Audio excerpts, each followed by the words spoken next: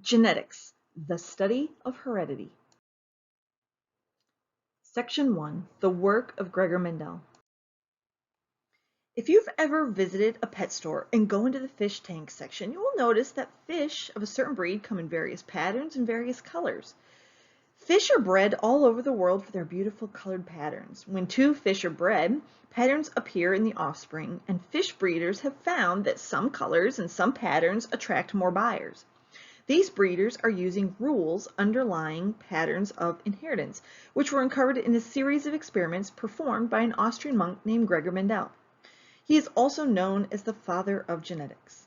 In this chapter, you will learn about Mendel's experiments along with rules of probability and other tools that will help predict how certain traits are inherited. Genetics is the scientific study of heredity, and heredity is the passing on of characteristics from parents to offspring.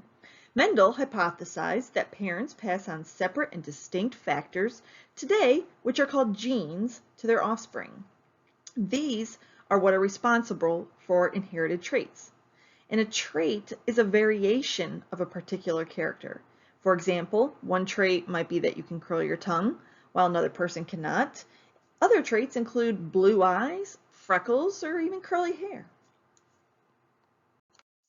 Gregor Mendel was a monk in the mid-19th century who tended a garden in Central European monasteries, experimenting with thousands of pea plants to understand the process of heredity. The image here shows a pea plant's flower, which produces sex cells called gametes.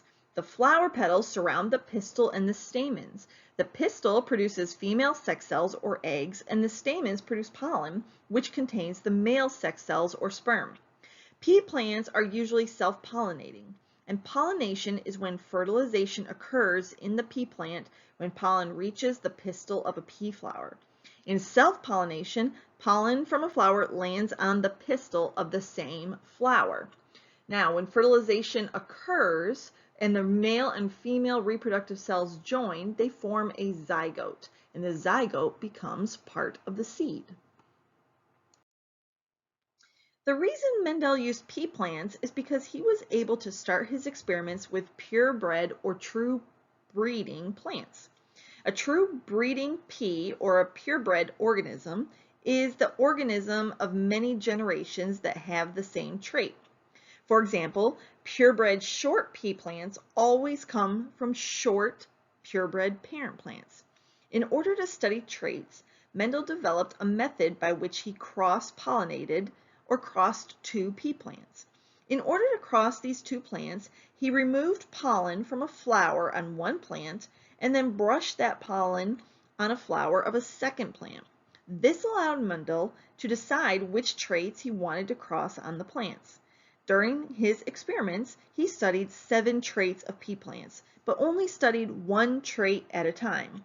For example, seed shape, seed color, pod shape, stem height, and even flower position. His experiments crossed tall plants and short plants, pink flowers with white flowers, and even purebred green seeds with purebred yellow seeds. Now, in one of Mendel's experiments, he crossed a purebred tall plant with purebred short plants. Scientists today call these parent plants or pea generation. The offspring from this cross are the first filial generation or the F1 generation. The word filial comes from filia or filius, which is a Latin word for daughter and son. Now, when Mendel crossed the purebred tall plant with the purebred short plant in the pea generation, the F1 plants each inherited an allele for tall stems from the tall parent and an allele for short stems from the short parent. Therefore, each F1 plant had one allele for a tall stem and one allele for a short stem. The F1 plants are called hybrids. A hybrid organism has 2 different alleles for a trait.